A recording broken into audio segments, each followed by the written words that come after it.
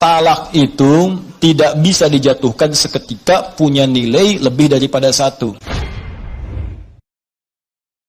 Sebelum itu ini ada pertanyaan mendesak yang disampaikan pada kami tadi dalam waktu jeda. Saking mendesaknya langsung dikasih tulisan huruf besar semua. Ya, talak 3. Baik, kita jawab.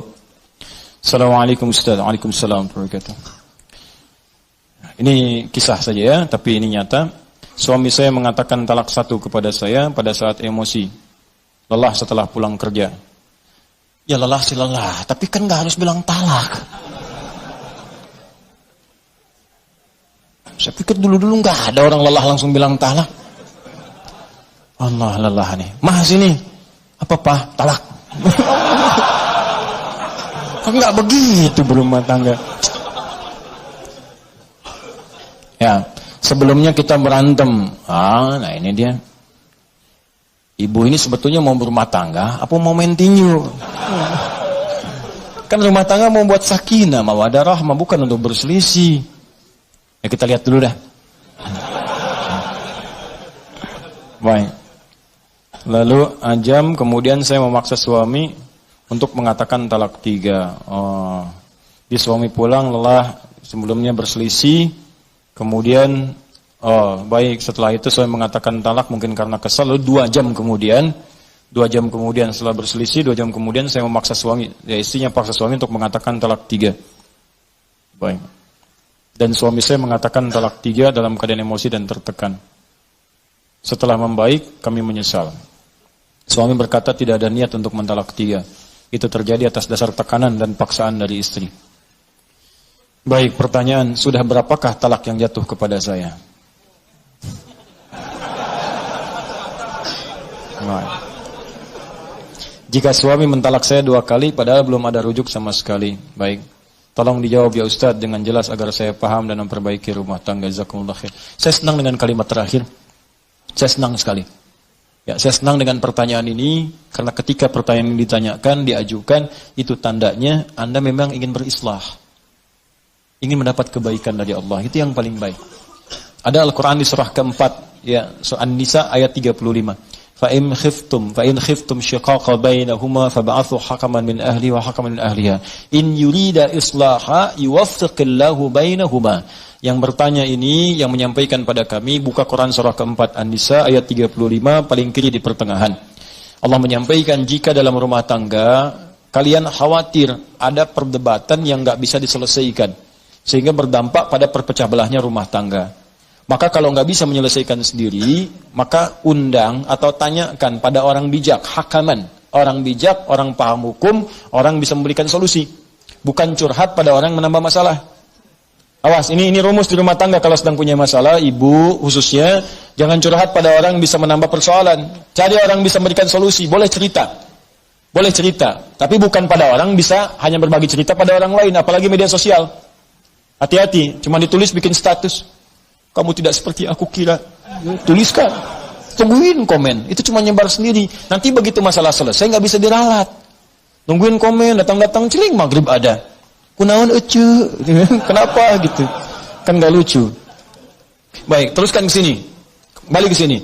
Kemudian kalau sudah seperti itu, lihat kalimatnya in yurida islaha. In yurida islaha yuwaffiqillahu bainahuma. Jika keduanya ingin islah, memperbaiki, ingin lebih baik lagi, ingin lebih mulia lagi, ingin Allah ridha, maka Allah akan berikan petunjuk kepada keduanya untuk memperbaiki keadaan rumah tangganya. Maka syarat yang pertama sebelum saya jawab ini pada yang bertanya, niatkanlah untuk memperbaiki diri dulu. Jangan sekedar mendapatkan jawaban. Kalau sudah niatnya benar, ingin mendapatkan ridha Allah, ingin memperbaiki, insya Allah akan lebih mudah jalannya untuk diperbaiki dan untuk mendapatkan kenikmatan lebih baik dibanding dengan hari-hari sebelumnya yang telah dilalui.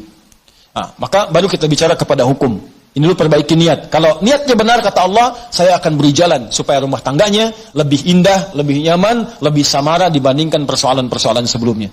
Baik. Maka hukumnya yang pertama apa? Yang pertama, talak itu tidak bisa dijatuhkan seketika, punya nilai lebih daripada 1. Itu punya jeda, punya interval. Misalnya kalau dijatuhkan, misal keluar dari kalimat seorang suami, saya talak kamu saat ini. Mau diucapkan saya talak 10 kali, saya talak 3 kali, saya talak sepanjang gunung, saya talak misalnya dari Sabang sampai Merauke, ya, saya talak seluas samudra, tetap jatuhnya satu. Jatuhnya satu. Kapan satu itu kemudian prosesnya? Talatata quru, 3 kali masa suci. Ditalak dalam keadaan suci misalnya, ya, kemudian dia haid sekali, dan yang kedua lagi haid lagi, yang ketiga kemudian haid lagi, suci pada yang ketiga kali, baru itu batas terakhirnya. Nah, talak ketika diberikan ini yang pertama disebut talak raj'i. Raj'i itu dari kata ruju', berpeluang balik. Jadi sebetulnya talak itu bukan untuk memisahkan asalnya, tapi untuk merenungkan supaya memperbaiki hubungan keluarga. Ini banyak orang salah persepsi. Ya Allah itu saking sayang dengan rumah tangga, jangan pisah, jangan pisah, jangan pisah. Makanya ketika diberikan talak yang pertama, sulit nih, nggak bisa diselesaikan. Talak pertama ini disebut rujuk. Motivasi talaknya untuk berpikir supaya rujuk lagi, bukan supaya pisah. Apalagi saat talak yang pertama ini sengaja berbuat onar supaya pisah betulan. Tidak, renungkan dulu, ini sejalan nggak, benar nggak di rumah tangga nih?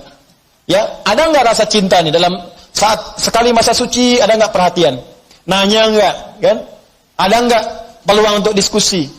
Terbuka nggak untuk bicara, untuk perbaiki diri? Itu disebut rujuk namanya. Kalau dalam masa itu tiba-tiba ada ungkapan, maaf, aku rasanya berbuat banyak kesalahan kemarin. Atau ada rasa rindu, tiba-tiba nggak keluar kata-kata itu, tiba-tiba malamnya berhubungan misalnya. Dengan berhubungan itu selesai, nggak ada akad, nggak ada macam-macam, talaknya nggak berlaku lagi, selesai di situ. Ya, talak pertamanya selesai dan rujuk dia di situ. Ya, cukup dengan mengucapkan misalnya, kita rujuk lagi, atau tanpa kalimat itu cuma berhubungan malam harinya. Begitu berhubungan selesai. Ini memang agak unik, katanya kesal tapi berhubungan, kan? Itu tandanya masih sayang. Ya, tanda sayang, ada tanda cinta, sudah begitu berhubungan selesai, talaknya selesai, tuntas, rujuk lagi. Rujuk, nggak berlaku talak. Paham ya? Nah, nggak berlaku hukum di sini. Jadi masanya 3 kali masa suci. Kalau 3 kali ini nggak ada sama sekali, memang dia abai. Ternyata bermaksiat di belakang istrinya misalnya, atau istri bermaksiat di belakang suaminya. Ya, memang seperti itu, nggak bisa disatukan. Nggak ada sayang, nggak ada tanda, cuek, macam-macam dan sebagainya. Bahkan melarang untuk taklim, melarang untuk sholat, melarang macam-macam. Misal, gitu kan? Dalam masa suci ini 3 kali nggak ada apa-apa, maka perempuan bebas. Bebas di sini. Nanti ada hukum-hukum apakah mengembalikan iwad atau lainnya, tinggal diproses secara administratif. Talak. Tapi kalau suami dalam masa 3 kali suci ini, ya dia berkeinginan untuk rujuk dan dia menyatakan ingin memperbaiki diri. Makanya kalau ada hal seperti itu, boleh undang orang tuanya, atau paman, atau orang bijak, atau ustadz, minta mediasi. Apa yang kurang-kurang, pertemukan. Dan berniat memperbaiki. Kata Allah, kalau niat memperbaiki, saya bimbing. Tapi kalau semua merasa benar, dan merasa sempurna, nggak akan pernah selesai. Ingat ya, di rumah tangga itu pasti dua-duanya punya kekurangan, karena manusia. Yang sempurna itu cuma malaikat. Sering katakan itu. Quran surah ke-66 ayat ke-6. La ya'sunallaha ma amarahum wa yaf'aluna ma yu'marun. Malaikat itu sempurna, nggak kenal maksiat. Malaikat makhluk benar, nggak kenal salah. Setan makhluk salah, nggak kenal benar. Kita ini manusia, malaikat bukan, setan never. Ya, nggak pernah jadi setan, nggak akan pernah kita mau jadi setan, bukan malaikat. Karena itu kalau salah memang manusia, dan itu menandakan bukan malaikat, makanya kita salah. Untuk membedakan kita dengan setan, kita tobat, setan nggak tobat. Itu aja tandanya. Jadi kalau di rumah tangga ada suami salah, wajar karena suami bukan malaikat.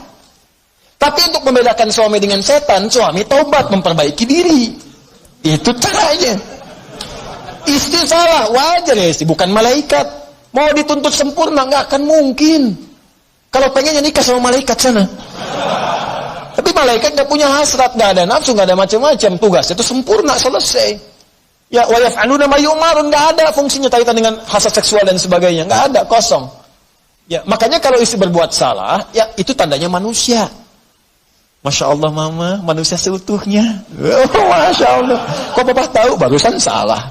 Ya, tapi untuk membedakan perempuan dengan setan, ketika salah, maka dia bertobat. Setan tidak.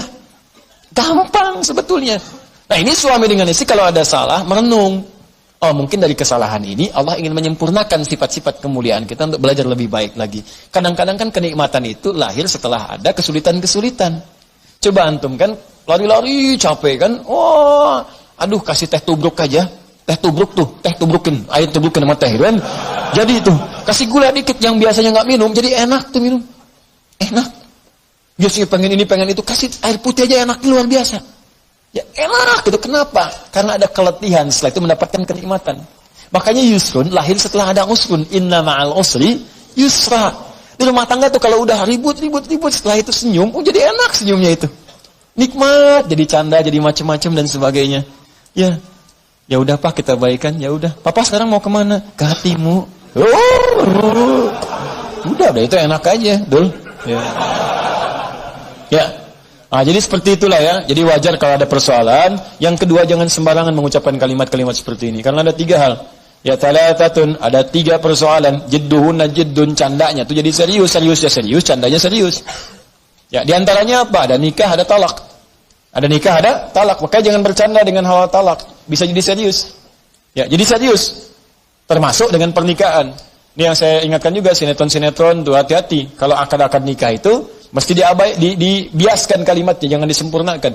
Itu kalau kemudian dia ucapkan dengan sempurna, saya nikahkan kau dengan si fulan dengan anak saya segini dan saya terima nikahnya. Benar, kemudian walinya benar, terpenuhi ada semua, jadi itu. Jadi, ya kan? Sama dengan talak seperti ini. Jadi, saya percepat, ini hukumnya tidak berlaku talak 3, tidak berlaku. Talak pertama, jatuh dia hukumnya kalau diungkapkan dengan perasaan sadar, dengan benar. Kalaupun nanti emosi dan sebagainya, dan dipancing pada hal seperti ini. Ya, kalau sedang emosi, sedang marah, duduk. Kata Nabi kalau berdiri, duduk. Kalau sedang beraktivitas, diam dulu, supaya tenang. Kalau sedang berdiri, duduk. Jangan berselisih dulu. Ya, marah, diam dulu. Makanya Nabi itu kalau ada persoalan di rumah tangga, diam. Didiamkan dulu Sayyidah Aisyah, diam dulu, supaya berpikir semua. Sebab kalau sedang marah bicara, pasti keluarnya kasar. Kasar keluarnya. Kalau sedang marah tangan bergerak, pasti kasar, kencang. Tuh. Ya, seperti itu. Kemana-mana nantinya. Diam dulu, itu rumusnya hebat di Islam. Cuman di Islam. Silahkan buka, cuman di Islam. Cek di setiap keadaan, setiap kepercayaan, nggak ada kaidah-kaidah itu. Ini urusan-urusan kaidah ya, dan urusan nilai. Silahkan. Sedang berdiri, duduk. Sedang duduk, berbaring. Tiduran dulu aja. Supaya lebih tenang dulu. Ya, kalau belum mampu juga wudu. Ya, amarah itu kan api itu setan, padamkan dengan air. Wudu, tenang gitu. Ya, jelas ya? Ya, bukan dengan pohon sengon, wudu. Wudu. Sudah, saya kira selesai jawabannya. Jadi sekarang yang bertanya pulang ke rumah, istighfar, ya malam salat bersama-sama, suami jadi imam, istri jadi makmum, minta ridha Allah Subhanahu wa taala, minta bimbingan Allah, insyaallah setelah itu rumah tangga dalam keadaan damai dan tenang insyaallah ya.